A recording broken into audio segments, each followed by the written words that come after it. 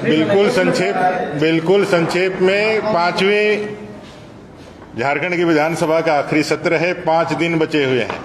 इस सरकार की उल्टी गिनती प्रारंभ हो चुकी है। झूठे वायदों के साथ 2019 में इन्होंने सरकार बनाई थी। युवाओं को ठक्कर, महिलाओं को ठक्कर, आम नागरिकों को ठक्कर के इसने सरकार बनाई थी। अब इस सरकार ने अपने सारे वायदे को भुला करके अब लोगों के ऊपर लाठियां बरसानी चालू कर दी है, चाहे अनुबंध कर्मी हो, चाहे सहायक पुलिसकर्मी हो, चाहे सहायक अध्यापक हो। लगातार लोग आंदोलनरत है। सरकारी कर्मचारी से लेकर के अनुबंध कर्मचारी तक सभी पिन डाउन स्ट्राइक में गए हुए हैं। पूरी सरकार अर्थव्यस्त है।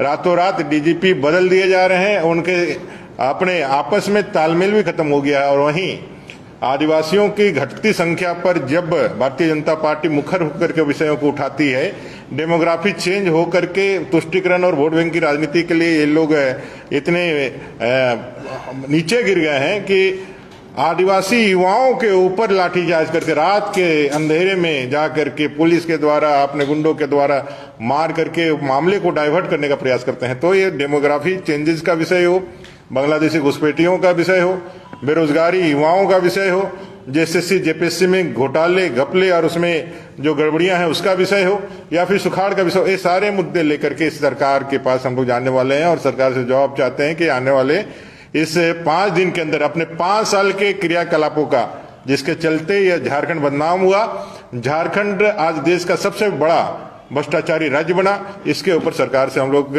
जाने से पहले उनका कन्फेशन चाहते हैं, उनका स्वीकारोक्ति चाहते हैं कि आपने इस झारखंड को बर्बाद किया है। ऐसा स्वीकारोक्ति करते हुए आपने वादा खिलाफी किया है। ऐसा स्वीकारोक्ति करते हुए आपने 1932 खतियान आधारित नियोजन नीति, 5 लाख बेरोजगारों को प्रतिवर्ष रोजगार देना, 5,000-7,000 बेरोजगारी भत्ता देना, ऐसा आपने नहीं किया। अनुबंध कर्मियों को परमानेंट नहीं किया।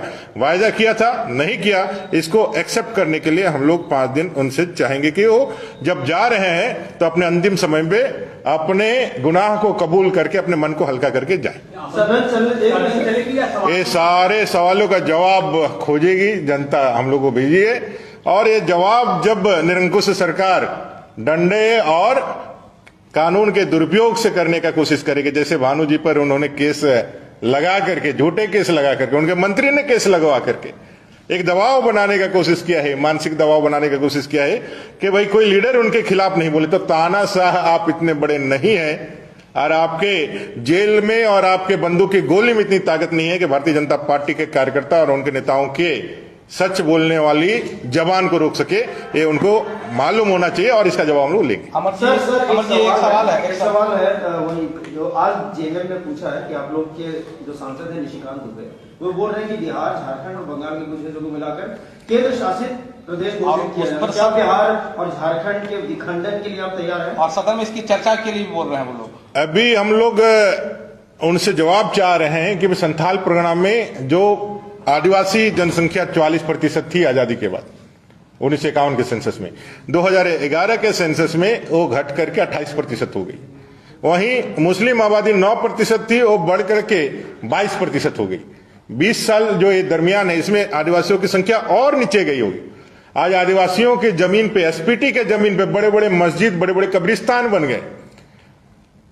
सिद्धू कान्हू जी की वो जन्मभूमि भोगनाडीह, जहां से हूल आंदोलन 1855 में सिद्धू कान्हू जी ने किया था, 40,000 50,000 आदिवासियों को वहां जमा करके आंदोलन की बिगुल फूकी थी। आज वहां 5 से 7 परिवार ही आदिवासियों के बचे हैं।